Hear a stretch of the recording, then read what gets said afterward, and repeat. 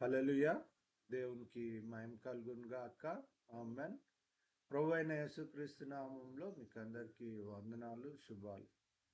పరిశుద్ధ దినం, ఆరాధనా దినం. దేవుణ్ణి ఆరాధించువారు ఆత్మతో సత్యంతో ఆరాధింపవాలని దేవుని వాక్యం చదివించిన రీతిగా మనల్ని మనం దేవునికి కనపరుచుకుందాం.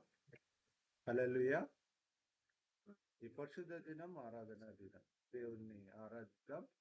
పాటల ద్వారా ఆరాధన ప్రారంభించుకుందాం. దేవుడు చేసిన మేళ్లను బట్టి దేవునికి కృతజ్ఞతలు. హల్లెలూయా.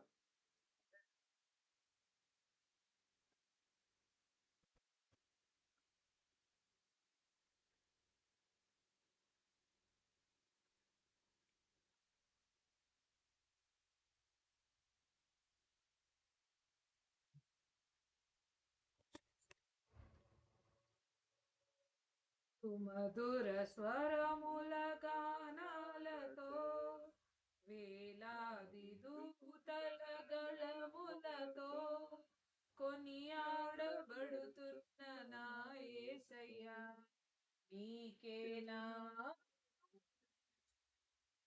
సుమధుర స్వరములతో వేలాది దూతల గళములతో కొనియాడబడుతున్న నా యేసయ్యా నీకేనా మహదాతవే నామపక్షమే నిన్ను స్తుతించడం మహదాతవే నామపక్షమే నిన్ను ప్రతిక్షణం సుమధుర స్వరగానముతో వేలాది దూతలతో కొనియాడబడుతున్న నా యేసయ్యా నీకేనా ఎడారిలో కొనియాల్చిన ఎరుగైన నా ముందు చిన్న జయ వీరుడా సంకేతము ఎడారిలో నడిచిన ఎరుగని మార్గములను నడిపిన నా ముందు నడిచిన జయ వీరుడా నా విజయ సంకేతము నీవే నీవే నీవే నీవే నా ఆధారం నీవే నీవే నీవే నీవే నా ఆధారం సుమధుర స్వరంతో వేలాది దూతలతో కొనియాడబడుతున్న యేసయ్యా నీకేనా సంపూర్ణ అనుకూలమైన సంకల్పం జరిగించు విడువక నా ధైర్యం సంపూర్ణమైన నీ చిత్తమే అనుకూలమైన సంకల్పమే జరిగించు నన్ను విడువక నా ధైర్యం నీవే నీవే గీతము నీవే నీవే నా స్తుతి గీతము నీవే నీవే నా గీతము నీవే నీవే నా స్తుతి గీతము సుమధుర స్వరం వేలాది దూతలతో కొనియాడబడుతున్న నా యేసయ్యా నీకేనా మహదానందమే నాలో పరవశమే నిన్ను స్తుతించి స్తుతించిన ప్రతి క్షణం మహదానందమే నాలో పరవశమే నిన్ను స్తుతించిన ప్రతి క్షణం సుమధుర స్వగానాలతో వేలాది దూతల గళములతో కొనియాడబడుతున్న నా యేసయ్య నీకేనా హల్లెలూయా. హల్లెలూయా. దేవునికి మహిమ కలుగును గాక. ఆమేన్. మరొక పాట ద్వారా దేవుని మహిమపరుద్దాం. భజింతుము నిన్ను జగదీశ శ్రీ యేసమా రక్షణకర్త భజింతుము నిన్ను జగదీశ శ్రీ యేసమా రక్షణకర్త శరణు శరణు మా దేవా మహిమా జీవతి శరణు శరణు మా దేవ యెహోవా మహిమా చిరజీవతి భజింతుము నిన్ను జగదీశ శ్రీ యేసమా రక్షణకర్త విమల శరం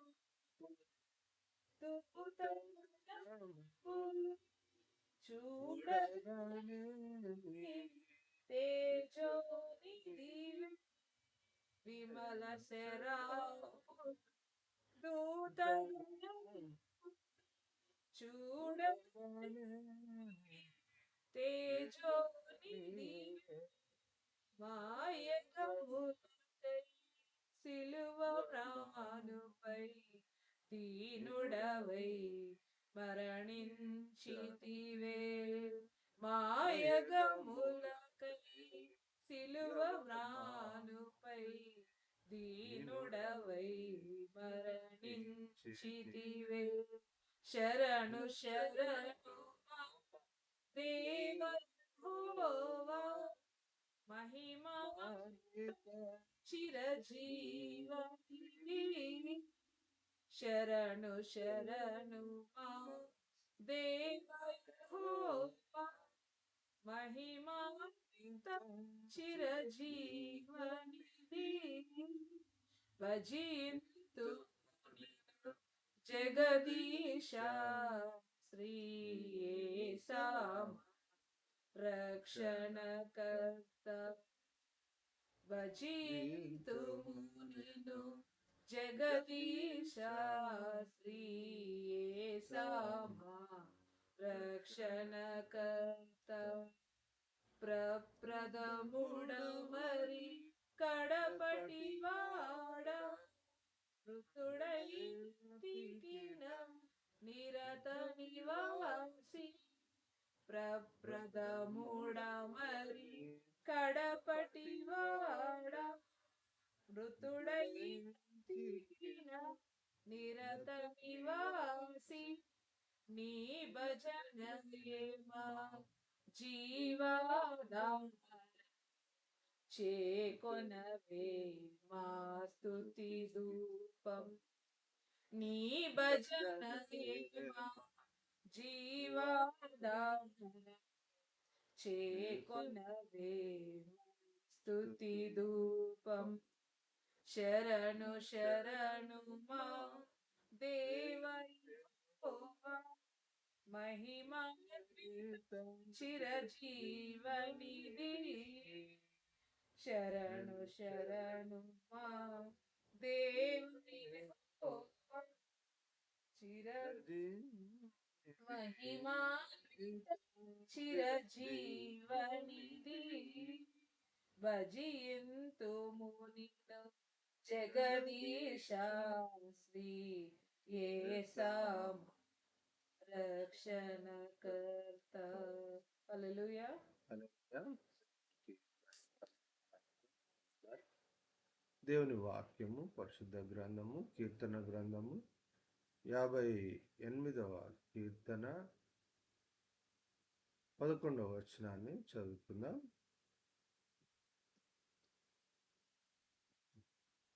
కీర్తన గ్రంథం 58వ కీర్తన 11వ వచనం.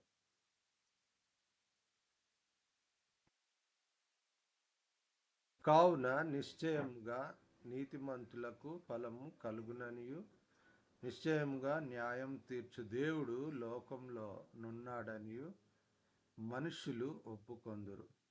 దేవుడు తన పరిశుద్ధ వాక్యము మన వెనుకల్లో దీవెన ఆశీర్వాదం జ్ఞానము మనకు అనుగ్రహించి ఆశీర్వదించును గాక. ఆమేన్.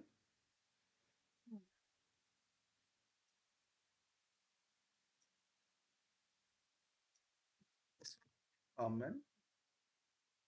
పల్లవి వచనం పాట పాడుతుండగా మనల్ని మనం దేవునికి కనపరుచుకుందాం. దేవుడు చేసిన మేళ్లను బట్టి గడిచిన దైవ సన్నిధి నుంచి దైవ సన్నిధి వరకు దేవుడు మనల్ని సంరక్షించి సరి సంఖ్యలో చేర్చిన విధానం బట్టి కూడా దేవునికి మనపూర్వకమైన కృతజ్ఞతలు తెలియచేద్దాం. దేవా, నీవు నీ జ్ఞానము ఆత్మ వాక్కు చేత నన్ను సంధించు. అలా దేవుని సమర్పిద్దాం. పల్లవి వచనం పాట పాడుతుండగా మనల్ని మనం జీవం ముద్రింపదగ రీతిగా మనల్ని కనపరుచుకుందాం. హల్లెలూయా. నీటి మీద నడిచిన అద్భుత పాదముల్ నాకు ముందుగా నడువగా నాకు చింతయే లేదుగా. గాలి తుఫాను గర్జించిన అద్భుత మాటలు నాకు సహాయం నిలువగా నాకు చింతయే ఎందుకు. నీటి మీద నడచిన అద్భుత పాదముల్ నాకు ముందుగా నడువగా నాకు చింతయే లేదుగా. గాలి తుఫానును గద్దించిన అద్భుత మాటలు నాకు సహాయం నిలువగా నాకు చింతయే ఎందుకు. ఆరాధన యేసు నీకే, ఆరాధన యేసు నీకే, ఆరాధన యేసు నీకే, ఆరాధన యేసు నీకే. దారి అంతయు అంధకారమై కమ్మి ఉన్నను, దారి చూపు నాదుడుండగా భయమే లేదుగా. పారేసరులు నన్ను తరిమి వచ్చిన్నను, కాపాడు నా ప్రభు ఉండగా నాకు భయమే లేదుగా. ఆరాధన యేసు నీకే, ఆరాధన యేసు నీకే, ఆరాధన యేసు నీకే, ఆరాధన యేసు నీకే. తండ్రి వందనాలు, స్తుతులు, స్తోత్రములు. మీరు చేసిన మేళ్ళను బట్టి వందనాలు, మీరు చూపిన కృపను బట్టి వందనాలు, మీరు ఇచ్చిన సమస్తమును బట్టి వందనాలు. ప్రభువా, క్షేమమునిచ్చినారు, మీ కాపుదలనిచ్చినారు, మీ కృపనిచ్చినారు. ప్రభువా, మీరు ఇచ్చిన క్షేమమును బట్టి వందనాలు. ప్రభువా, జీవాహారమైన నీ వాక్యం భుజిస్తుండగా ప్రభువా తండ్రి మమ్మును నాయన డైవర్ట్ చేసే ప్రతి ఒక్క విషయమును ప్రభువా తండ్రి మీ కాలు క్రింద త్రొక్కివేయము నాయన. క్షేమము చేత మమ్మును మీ కాపుదల్లో భద్రపరచుము నాయన. రానున్న కాలంలో కూడా క్షేమం అనుగ్రహించి నాయనా తండ్రి నీ నామమును బట్టి సహవాసంలో నిలవటానికి మాకు యోగ్యతను అనుగ్రహించండి. జీవాహారం చేత తృప్తిపరచండి ప్రభువా. నీ వాక్యము విత్తబడుచుండగా ప్రభువా దుష్టుని క్రియలను లయపరచండి. నీ దాసుని మీ సిలువ చాటున మరుగుపరుచుకొని మీ నోటి బూరగా వాడుకోమని కోర్చు. ప్రతి విషయం మీ దయగల హస్తాలకు అప్పగిస్తూ యేసు నామములో ప్రార్థించి వేడుకొంచున్నాం తండ్రి, ఆమేన్. ఆమేన్. హల్లెలూయా. దేవునికి మహిమ కలుగును గాక. ఆమేన్. దేవుని వాక్యము, పరిశుద్ధ గ్రంథం, దేవుడు మనతో మాట్లాడుతున్న దేవుడు ఈ దినం తన దైవ సన్నిధి కీర్తనకారుని ద్వారా మనతో మాట్లాడుతున్న ఈ మాటలు చాలా విలువైన మాటలు. ఈ అధ్యాయంలో చాలా విషయాలు దేవుడు మనతో మాట్లాడుతున్నాడు. దేవుడు ఈ 11వ వచనంతో మాట్లాడుతున్న మాటలు, కాగా నిశ్చయంగా నీతిమంతులకు ఫలము కలుగుననియు, నిశ్చయంగా న్యాయం తీర్చు దేవుడు లోకంలోనున్నాడనియు మనుష్యులు ఒప్పుకొందురు. ఈ అధ్యాయంలో మనుషులు ఒప్పింపబడటము అనేది దేవుడు ఇక్కడ తెలియచేస్తున్నాడు. ఈ మనుషులు అన్న మాటను తీసుకుంటే 3 రకాలుగా 3 మాటలలో పర్యాయ మాటలలో తెలియచేయబడ్డది. వారి యొక్క బాధ్యతలను, వారి యొక్క నడవడిక నడిపింపును బట్టి కూడా. ఇక్కడ మొదటగా అధిపతులు అన్నాడు మొదటి వచనంలో మనం గమనిస్తే. మళ్ళీ అదే వచనంలో నరులారా అన్నాడు. ఇక్కడ మనము చివరిగా మనుష్యులు అన్న మాట మనం చూస్తున్నాం. 11వ వచనం చదువుకున్న వచన భాగం. వీటిల్లో చాలా వరకు మనము గమనిస్తే ఒప్పుకుంటారు, ఉన్నాడు అని, దేవుడు ఉన్నాడు అని ఒప్పుకుంటారు. ఒప్పుకోవటానికి ఇక్కడ మనము మళ్ళీ ఒక ప్రశ్న కూడా ఉంది. మొదటి వచనంలోనే నిజమా అన్న ఒక ప్రశ్న ఇక్కడ ఏర్పడ్డది. నిజమా అన్న మాట బైబిల్లో మొట్టమొదటిసారిగా ఆదాము అవ్వ ఆ కాన్వర్జేషన్ సాతాన్తో ఉన్నప్పుడు అవ్వతో సాతాను మాట్లాడుతుంటే ఇది నిజమా అంటే అక్కడ మనం నిజమా అన్న మాటను చూస్తాం. ఇక్కడ కూడా మనం గమనించాలి, ఈ నిజమా అన్న మాట ఎక్కడ ఎందుకు వాడబడింది. ఆ వచనాన్ని మనము చదివి తెలుసుకుంటే మంచిది.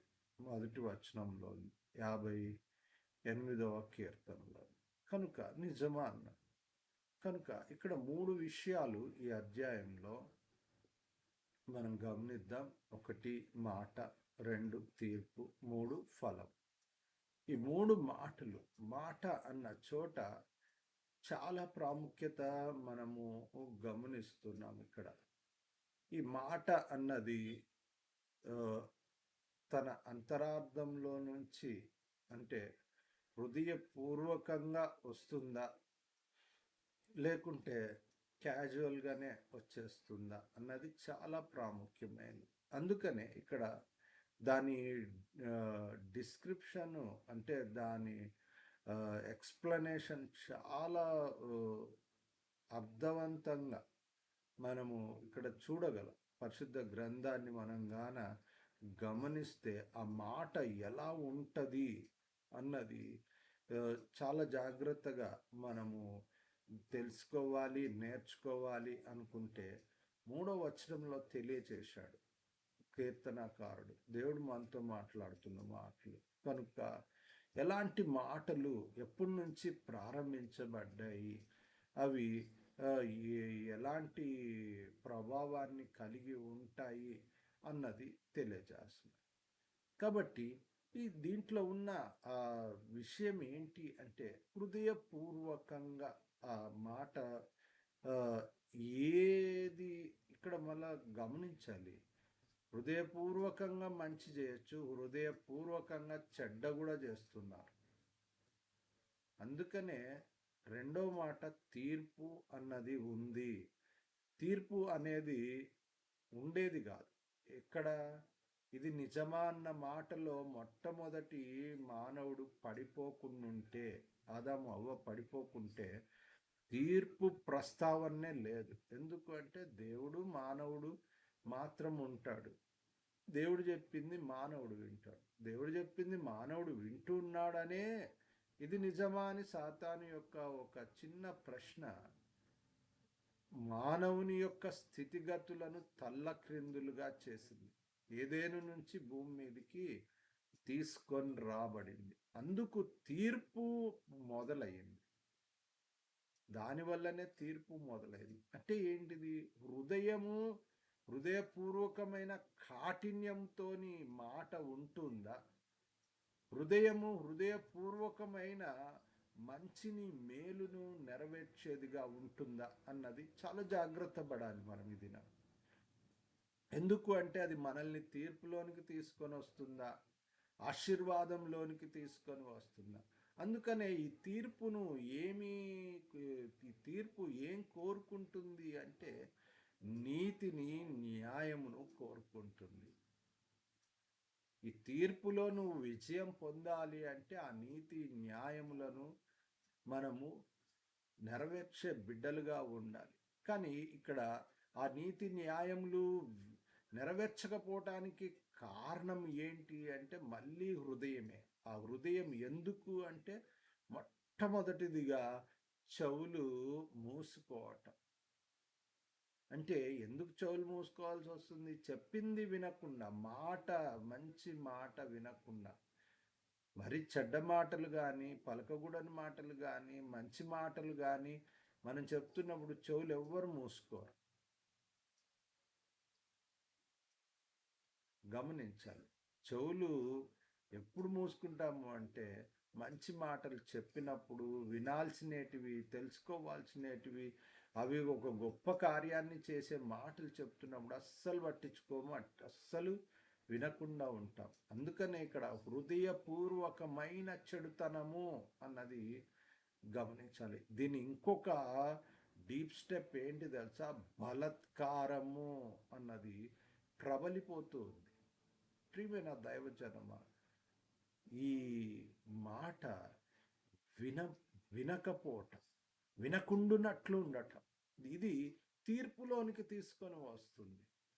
అందుకనే ఆ 3వ వచనాన్ని గమనిస్తే ఎప్పుడు మొదలైంది, అది ఎంత భయంకరమైంది, ఏ స్థితిగతులను తెలియచేస్తుంది అంటే దానికి ఒక టైటిల్ కూడా అక్కడ గ్రంథకర్త ఇచ్చాడు. ఏంటిదంటే విపరీత బుద్ధి అన్నాడు దాన్ని. ప్రియమైన దైవజనమా, ఈ దినం దేవుడు మనతో మాట్లాడుతున్న మాటలు, దేవుడు మనతో మాట్లాడుతుంటే మనం కూడా వినకుండా ఉన్నామా? చెవులు మూసుకొని ఉన్నామా? కానీ ఇక్కడ గమనించాలి, ఈ ఇవి మొదలైనప్పుడు అక్కడ రాసిన 5 మాటలు మనం గమనిస్తే 5 మాటలు ఏంటి అంటే భక్తిహీనత, విపరీత బుద్ధి. ఈ మాటలలో ఉన్న ఆ మాటలకు సంబంధించిన 5 విషయాలు ఇక్కడ మనం గమనిస్తే కనుక భక్తిహీనత, విపరీత బుద్ధి, అబద్ధము, 4వది తప్పిపోవటం లేకుంటే తప్పింపబడటం.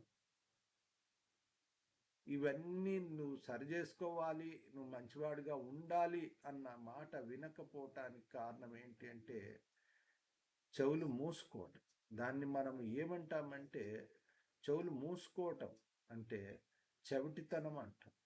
ప్రియమైన దైవజనమ, ఈ చెవిటితనం ఎట్లాంటిది అంటే వాళ్ళు చెవులు పెట్టి వినాలనుకున్నప్పుడు వింటారు, చెవు పెట్టి వినకూడదు అనుకున్నప్పుడు నువ్వు ఎంత అరిచినా, ఎంత గట్టిగా చెప్పినా కూడా చెవులు మూసుకోరు. ఆ చెవులు తెరిచి వినరు. వాళ్ళు ఒకవేళ ఎంత చెడ్డవి, ఎంత పనికిరానివి, అన్ని ఉపయోగం లేని చెప్తున్నారో అప్పుడు చెవులు మూసుకోరు, చెవులు తెచ్చుకొని ఉంటారు. ఎంత పనికి వస్తాయి, ఎంత గొప్ప కార్యాలు చేస్తాయి అని ఒక మాట చెప్తున్నప్పుడు అప్పుడు చెవులు మూసుకొని ఉంటారు. అలాంటి చెవులు మూసుకునే చౌటితనం ఇది. చివరిగా అందులో 6వ మాట ఏంటంటే నేర్పు. నేర్పు అంటే మేమే ఇంటెలిజెన్స్ అనుకునే జ్ఞానం. ప్రియమైన దైవజనమ, అందుకని దేవుడు మనతో మాట్లాడుతున్న మాట ఏంటిది అంటే, ఆ తీర్పు అన్నది ఒక భయంకరమైన విషయాన్ని తెలియచేస్తుంది. ఏంటిది అంటే, వారు నీళ్ళ వలె వారు గతించిపోదురు, అతడు తన బాణములను సంధింపగా అవి తునకలైపోవును. ఇక్కడ ఇంకోటి కూడా గమనించాలి. బలాత్కారము అన్న మాట చూసాం. ఆ బలాత్కారం అంట ఎంత ప్రజెంట్ చేయాలి అన్న దానికి కూడా ఇంతవరకు మనం ఎప్పుడు గమనించున్నాం. దేవుడు ముందే తెలియచేశాడు, నువ్వు ఎంత దుర్మార్గతను వ్యక్తం చేస్తావు అన్నది. బలాత్కారమును తూచి చెల్లించుచున్నారు. గ్రంథకర్త తెలియచేస్తున్నాడు దేవుడు చెప్పిన మాటలను. బలాత్కారాన్ని అంట తూచి చెల్లించుచున్నారు అంటున్నాడు. అంటే ఎంత భయంకరమైన, వీనికి బాగా బుద్ధి చెప్పాలి, బాగా శాస్త్ర వచ్చేటట్టు చేయాలి అన్న విధానమే. ఏంటి అంటే బలాత్కారాన్ని తూచి చెల్లించడం. తూచి అంటే దాన్ని కొలత పెట్టి లెక్కేసి. ఇక్కడ మనం గమనించాలి దేవుని ప్రణాళిక ఏంటి, దేవుడు మనల్ని క్షమించిన విధానం ఏంటి, మనల్ని ఆశీర్వదించిన విధానం ఏంటి, దేవుడు మనతో మాట్లాడుతున్న మాటలు ఏంటి. అందుకని అక్కడ ఏమంటున్నాడంటే, వారి స్వరము అంటున్నాడు, వారు వినకుండునట్లు ఆ చెవిటి పాము వలె చెవు మూసుకొని ఉన్నారు అంటున్నాడు. అందుకనే ఇక్కడ రాసిన మాట ఏంటి అంటే, ఒకవేళ దేవునికి విరోధమైనది అయితే అక్కడ దేవుడు ఒక మాట చెప్తున్నాడు. ఏంటి అంటే, వారి నోటి పండ్లను విరగ్గొట్టు యెహోవా అని రాస్తుంది. ఇక్కడ ఒక ప్రేయర్, యాక్చువల్గా ఇది ప్రేయర్. ఆ కీర్తనకారుడు చేస్తున్న ప్రార్థన ఏంటిది అంటే, ఇట్లుంటే అది చాలా నష్టాన్ని ఏర్పరుస్తుంది. కాబట్టి నీతి న్యాయములు జరగాలి అంటే ఖచ్చితంగా దేవా, 6వ వచనం అధ్యాయంలోని 6వ వచనం గమనిస్తే గన, దేవా వారి నోటి పండ్లను విరగ్గొట్టుము యెహోవా, కొదమ సింహముల కూరలను ఊడగొట్టుము. ప్రేయర్ దేవునికి మనవి చేస్తున్నారు.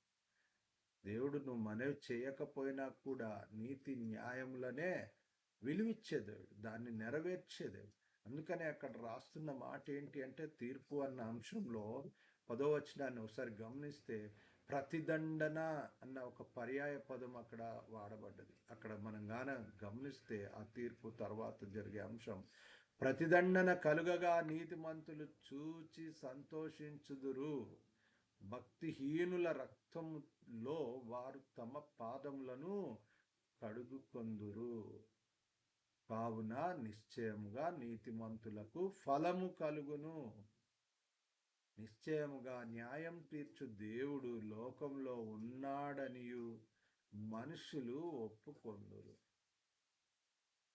హల్లెలూయా, దేవునికి మహిమ కలుగును గాక. దేవుడు తన బిడ్డలకు తన కృప కాపుదల క్షేమం మెండుగా అనుగ్రహించి ఆశీర్వదించును గాక. నీతి న్యాయములు నెరవేర్చు దేవుడు మనతో నిత్యము అనుక్షణం నడుస్తున్న దేవుడు. అటు దేవునికి నీతిమంతులుగా దేవుని యొక్క ఫలమును ఆశీర్వాదంగా పొందుకునే కృప నాకే ప్రభువా అన్న బిడ్డలు తల్లోంచి కళ్ళు మూసుకుందాం.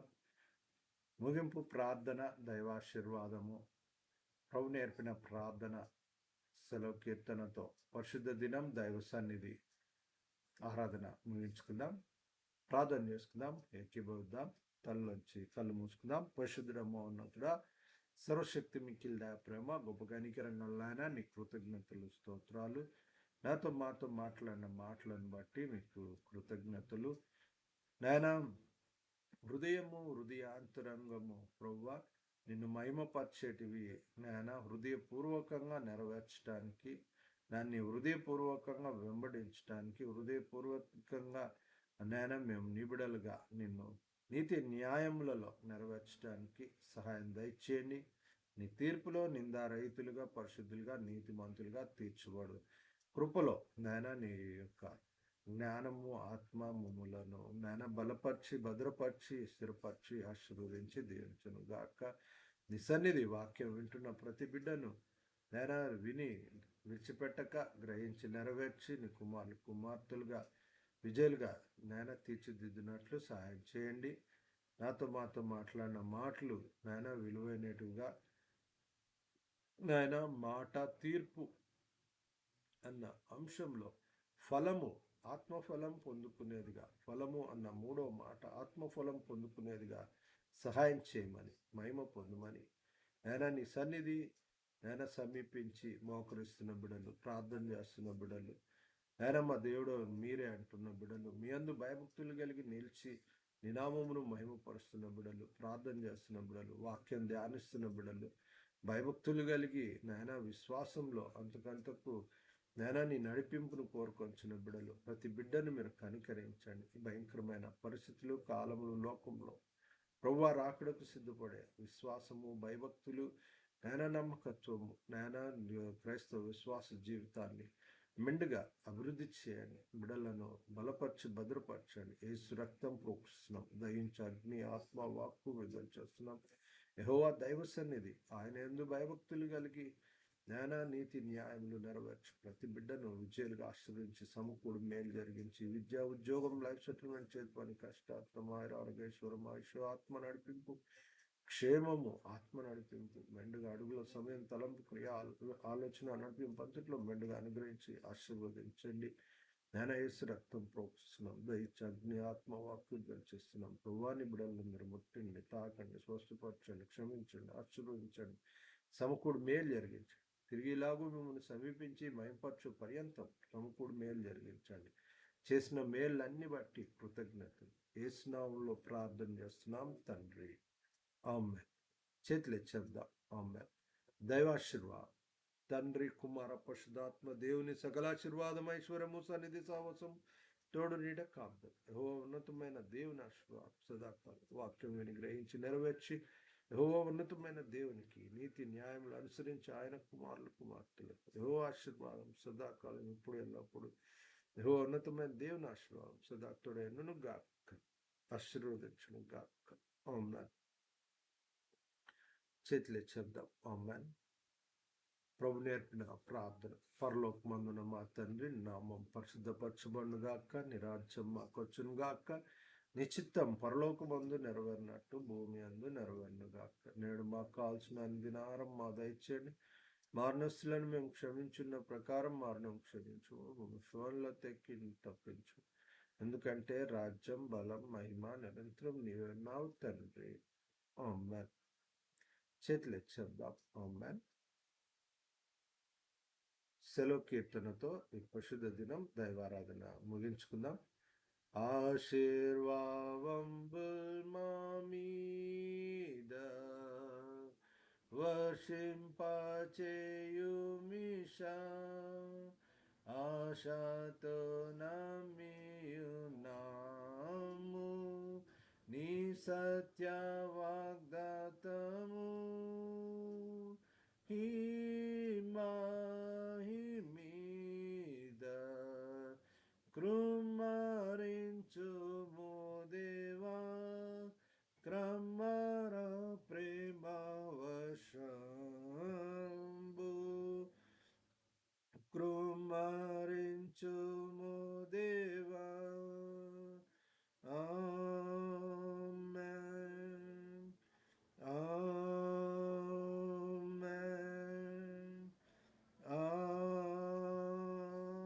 ఆమేన్. హల్లెలూయా. దేవునికి మహిమ కలుగును గాక. ప్రభు అయిన యేసుక్రీస్తు నామములో మీకందరికీ వందనాలు, శుభాలు. తిరిగి ఇలాగూ దేవుణ్ణి సమీపించి మహింపరచు పర్యంతం దైవ సన్నిధి తోడైండును గాక, సంరక్షించే సంఖ్యలో చేర్చి విజయులుగా ఆశీర్వదించును గాక, సమకూడు మేలు జరిగించును గాక. Amen. Reverend doctor Victor Paul సేవా పక్షంగాను అంశదాయ లైవ్ పక్షంగా మీకందరికీ శుభాభివందనాలు. Hallelujah. Praise the Lord. God bless you all.